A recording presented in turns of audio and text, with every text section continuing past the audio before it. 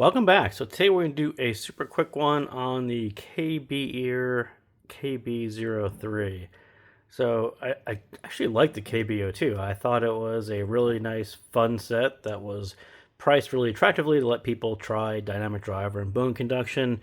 That was a really simple idea, executed pretty well, and at a price that people can simply try it. And if they don't like it, they're not out a ton of money. So, I do think that they kind of thought, hey, the KB02 was a really nice idea. People liked it. We sold a lot of them. Let's do the KB03, which is they added a balanced armature onto the dynamic driver and the bone conduction. And the tuning is, I would say it's similar, but it doesn't really sound similar. So again, what is this one? It's an addition of a balanced armature on top of the dynamic driver and the bone conduction. And they kind of bumped the price to $69 over what the current price of KB02 is $39.99.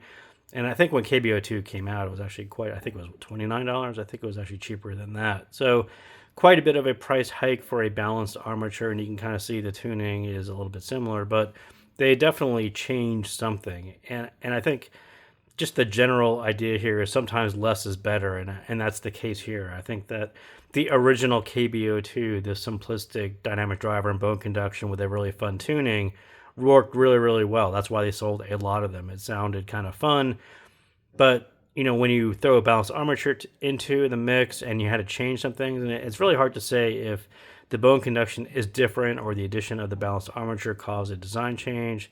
It really lost the fun of KB02 and added a lot more bone conduction artifacts, and it just kind of bordered on sounding very weird. So yeah, they definitely did something there, and maybe they brought the bone conduction response, they increased it. They did something weird to it where it's a lot more noticeable with the artifacts, and it tends to distort isn't the word. It definitely changes the way it responds in certain frequency ranges. And then you have a balanced armature, which again is kind of a lower price balanced armature, so it doesn't sound all that natural.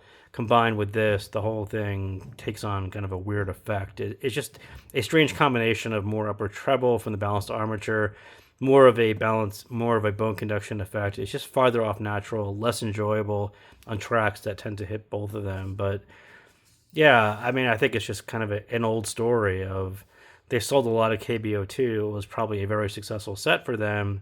And they're like, well, let's follow on with something a little bit bigger and better. We'll increase the price a little bit. And they sort of lost why the original one was so popular and why they sold a lot of them, because it was very affordable and it sounded quite fun. This one didn't really follow that model, and it's probably a little bit too pricey to just try it to see if it's going to be fun or not. Maybe people who want to experiment with bone conduction, it kind of crossed over the price point of, well, I could try this and it would be kind of fun. Now this is quite a bit of money and it better sound right. And I think that's where they missed on KB03. So thank you guys again for tuning in, and I will see you next time.